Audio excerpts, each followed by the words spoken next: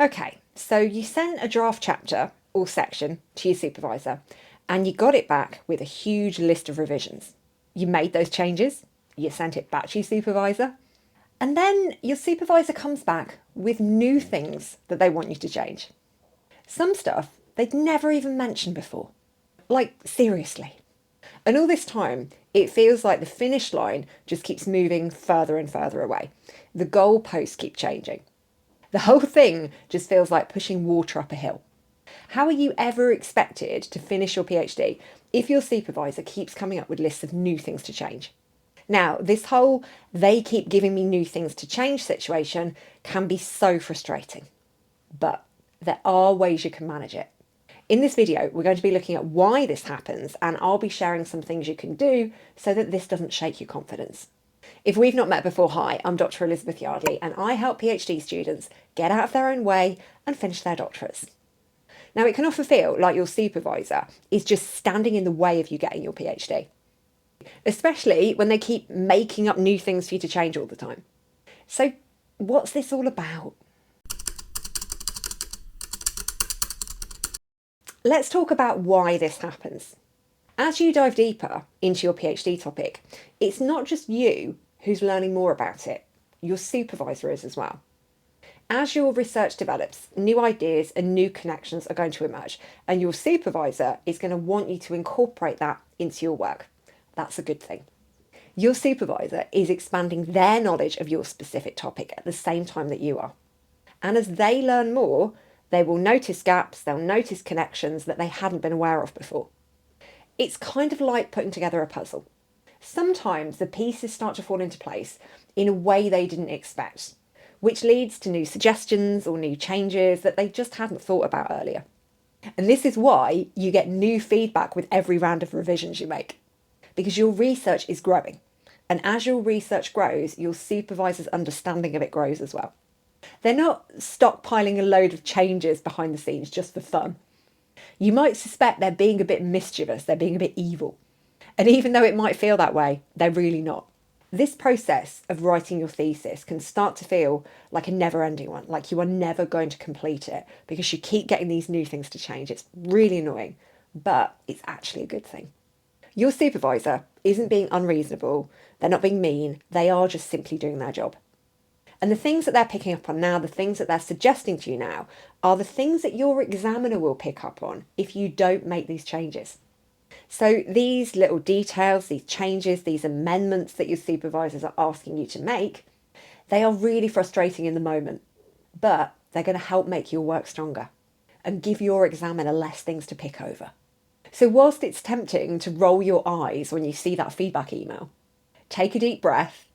And just remember that these revisions, these requests for revisions, are ultimately helping you make your thesis better. One thing that can be really helpful is to get clear with your supervisor about what progress looks like and track it. Each round of revisions is bringing your work closer to where it needs to be. It's easy to start doubting yourself and thinking, is this ever going to be good enough? Will I ever get to the stage where I've sent my supervisor the draft and they've come back and they've gone, that's fine, it's ready. You might feel like your supervisor's expectations are way too high. You might feel that you're not cut out for this. But remember, your thesis doesn't have to be perfect. It just needs to be good enough, okay? So together with your supervisor, get really clear on where your draft is now, where it needs to get to, and how you're going to get there. Another thing that can be really helpful to do is to identify the things that don't need to change for now. What's okay not to change? What's okay to just leave alone until a later round of revisions? So get clear on what changes are the important ones that you need to attend to now, and which ones are less important that can just wait until later on. You might want to develop some kind of revision checklist. Create a list of feedback points and go through it with your supervisor. Which ones are high priority, medium priority, low priority, and then tick them off as you go. This will give you a visual representation of your progress.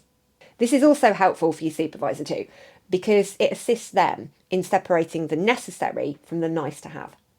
So with a revision checklist, you are both going off the same sheet, and it can feel a little bit more objective.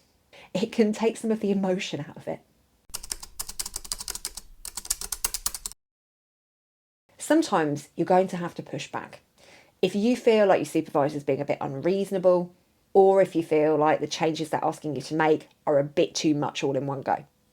Now, from what I've learned supporting PhD students for as long as I have, sometimes the supervisors with less experience are the ones who can get a bit pedantic with revisions because they're still learning the ropes as a supervisor. They're still trying to prove themselves.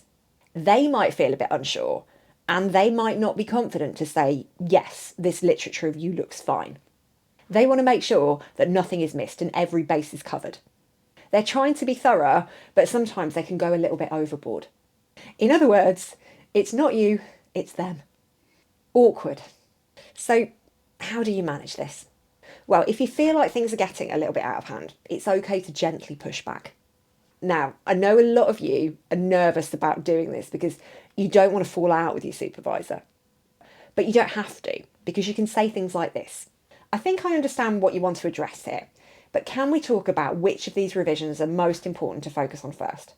I'd like to make sure I'm addressing the critical changes that are going to have the biggest impact. Another one, I've already made significant revisions to this chapter based on your previous feedback, and I think we're getting closer to completion. Would it be all right if we focus on the larger issues and leave the smaller changes for the final round? And if you don't understand why they want you to make a particular change, ask them. And here are some ways of doing that. I'm unsure how this revision links into the overall structure. Could you provide some more context? This is really helpful feedback, but I'm not sure how to integrate this change effectively into the section. Could we discuss it further? I know it's easy for me to say, but don't take it personally. Having these conversations is part of developing your independence as a researcher. You're not being difficult. You're being a proactive, professional doctoral student who knows how to manage your workload and isn't frightened of having challenging conversations around your research. And trust me, this is a really valuable skill that you're going to use long after your PhD is finished. After you've worked on each round of revisions, you've got to take a break. Step away from your work for a bit. This allows you to recharge your brain and approach the next round of revisions with a fresh set of eyes. You'll be able to see your work more clearly, and it will make the revisions process feel a lot less daunting. Taking breaks can also help you maintain your motivation and avoid burning out. This is particularly true if you're in the final stages of your PhD, and the feedback that you're getting is feedback on your entire thesis. Deal with one chapter at a time, or one section of a chapter at a time. It is really easy to get overwhelmed. Another thing to do is to alternate the kind of revisions that you're working on. On Monday, you might want to focus on the typos and the grammatical errors. On Tuesday, you might want to work on the harder theoretical stuff.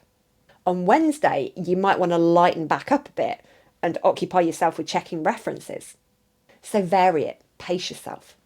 If you found this video helpful, there's another one popping up on the screen right now that you might like. It's another one about supervisor feedback, and this one focuses on when you get feedback that is super critical, like makes you want to cry kind of feedback. So if that sounds familiar, go and check it out. I'll see you in there.